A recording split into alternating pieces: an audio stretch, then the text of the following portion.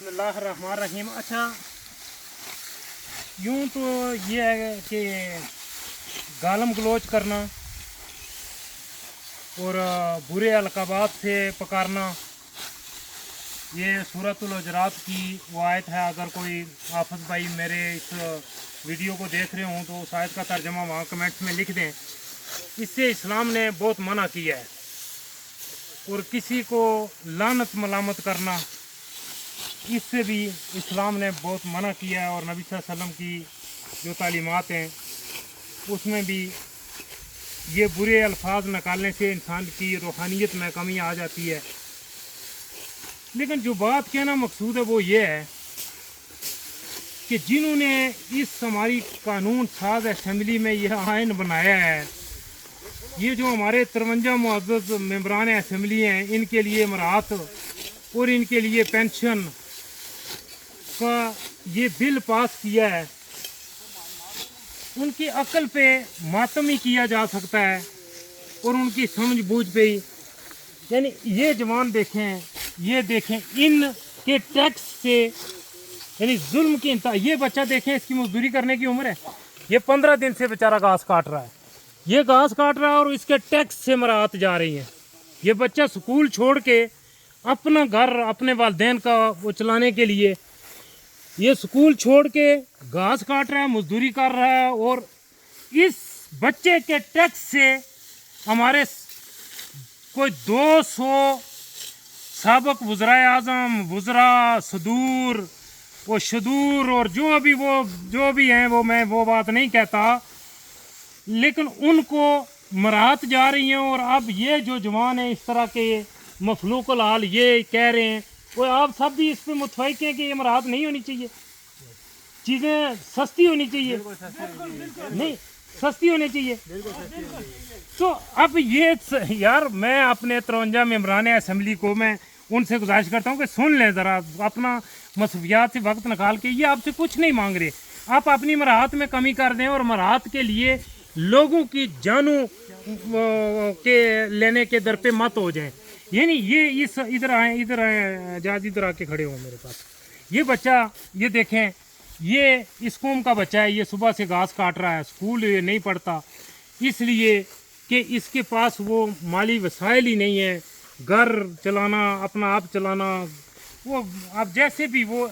अब ये मफलूकुल हाल ये कह रहे हैं कि आप अपनी मराहत से कुछ कमी करके ये रियासत के मामलात को थोड़ा सा दुरुस्त कर लें, ये बजट और भी नहीं। लेकिन अभी एक सवाल है, वो बार बार आता है कि जिन्होंने ये आयन और ये कानून, जिस आयन और कानून की वज़ीर उमूर कश्मीर मुजफ्फराबाद में खड़े होके कहा, ए वज़ीर उमूर कश्मीर, क्या आयन इसकी इजाज़त देता है कि ये बच्चा सुबह से शाम तक घास काटे और इसके पैसों से ये जो यहाँ दिहाड़ी लेगा उस दिहाड़ी से आधा ये टैक्स देगा, ये जितना ये पसीना इसका देखे। और ये बच्चा बीमार है, इसको अद्वियात की जरूरत है, इसको कोई एलर्जी की प्रॉब्लम है। कितने अरसे से आई आपको? 4 महीने से ये बीमार है।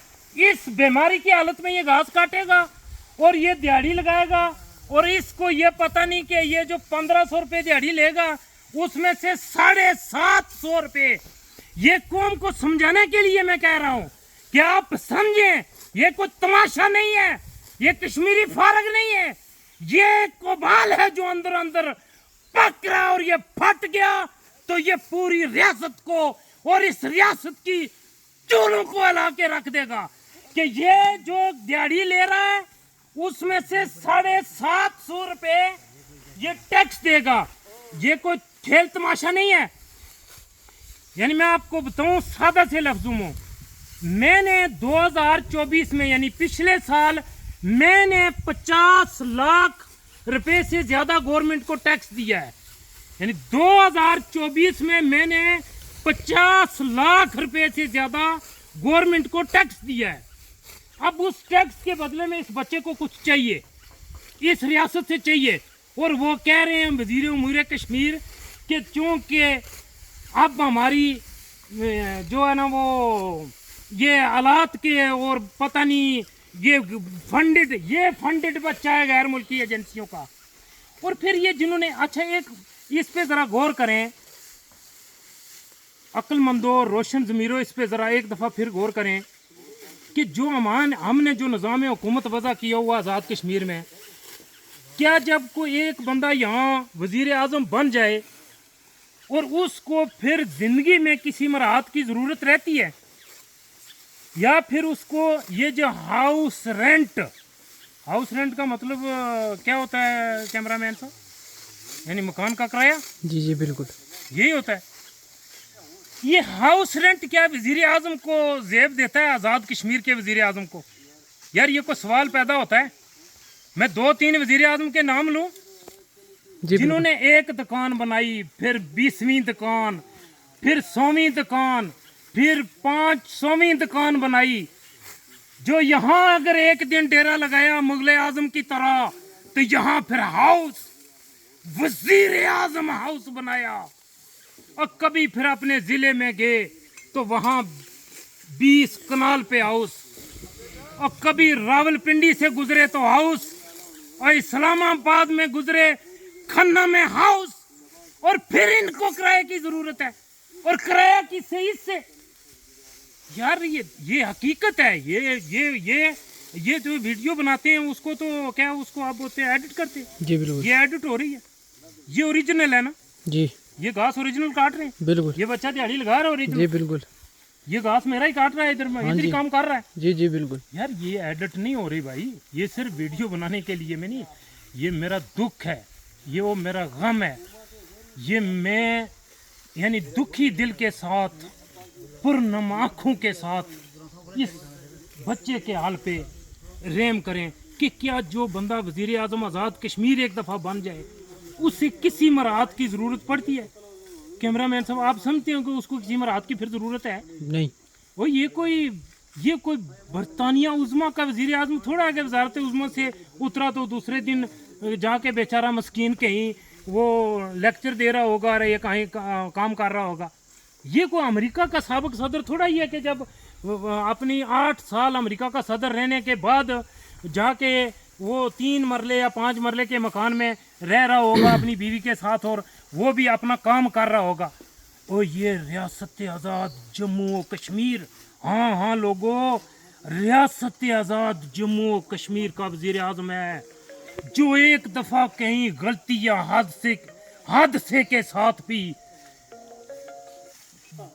वो असेंबली में घुस जाए, और किसी हादसे की सूरत में भी अगर वो वज़ीर आज़म बन जाए तो फिर उसकी अगली 7 नस्लें अगले 300 साल तक के लिए वो दूध और शहद की नहरों में अयाशियाँ करें।